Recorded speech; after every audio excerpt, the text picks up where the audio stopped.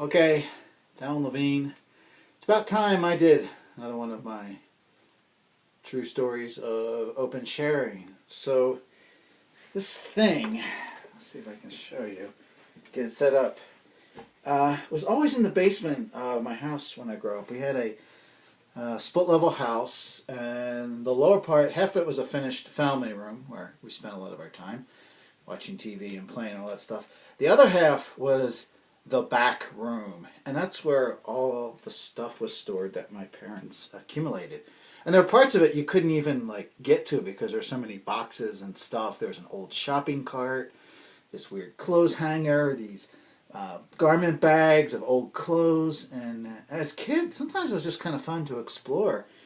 And I don't know when it was, but I noticed this thing was kind of tucked in the back. And the story I got was that it belonged to my dad. I'm going to sit up here in the 50s when he actually took a distance learning course, the equivalent of, to become a construction cost analyst. So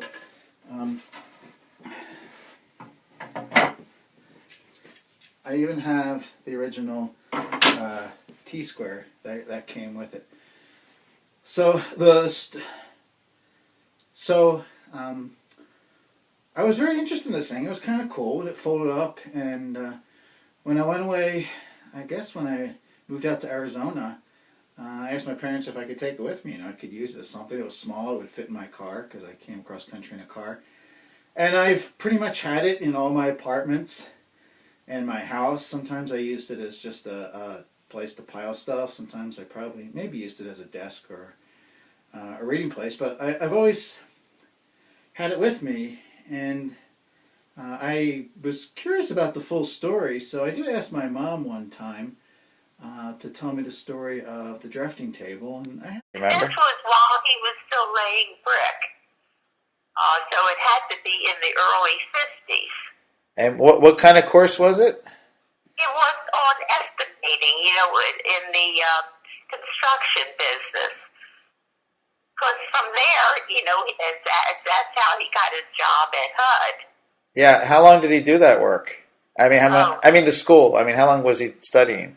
Oh, I don't really remember, hon, but I know it was, a couple of years at least until he got a certificate, which I don't even know where it is. He was laying brick, and then he went to work for Victor Frankl, and there he was working out in the field, and then he graduated into the office there. Maybe that's when he started to take the course in construction and estimating.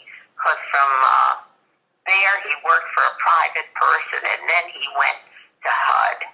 Right, but it had to be at least 10 years, I would assume, after we were married to do all that. And then he had the gas station in between. The only way I could find out, Alan, is to look at our old tax forms to see where he was working in which year. Okay, I was more just interested in the fact that my dad took a distance learning course in the 50s. Yeah. So do you remember him doing his homework at night? He did this while he was working, right? He would work during the day, and he would do this in the evenings. Okay. I just wanted. It's kind of. I mean, people are talking about learning online now, and it's very similar. That this has been going on a long time.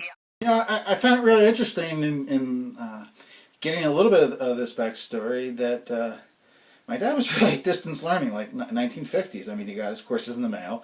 He went home at night after work and did his work and got a certificate and went on to go into a career in that field. And this was kind of a connection to that experience. So sometime a couple of years ago, somehow I got my idea that I wanted to do something with this, and it had been banged up a little bit. And so I decided to sand it and stain it. And I took a picture of it out in my driveway when I was working on it, just because I tend to like taking pictures of stuff that I'm doing. And it was about a year or two ago I got a comment on a blog post where I had that picture saying I was going to be surprised at the number of views that were going to go up on that Flickr image.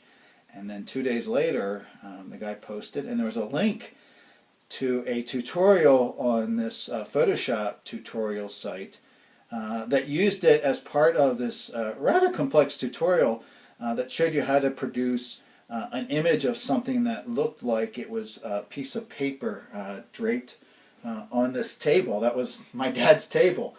And so that was very fascinating, and that was pretty cool, and I did get quite a few views on that image. And then it was just in October, November of this year, 2013, that I got another email or comment on that Flickr photo from a biologist who was authoring an article that was going to be in Cell magazine, and he was submitting a image to be the cover of that magazine that was based upon Dad's drafting table, as well as using that tutorial, but to put a different design on that.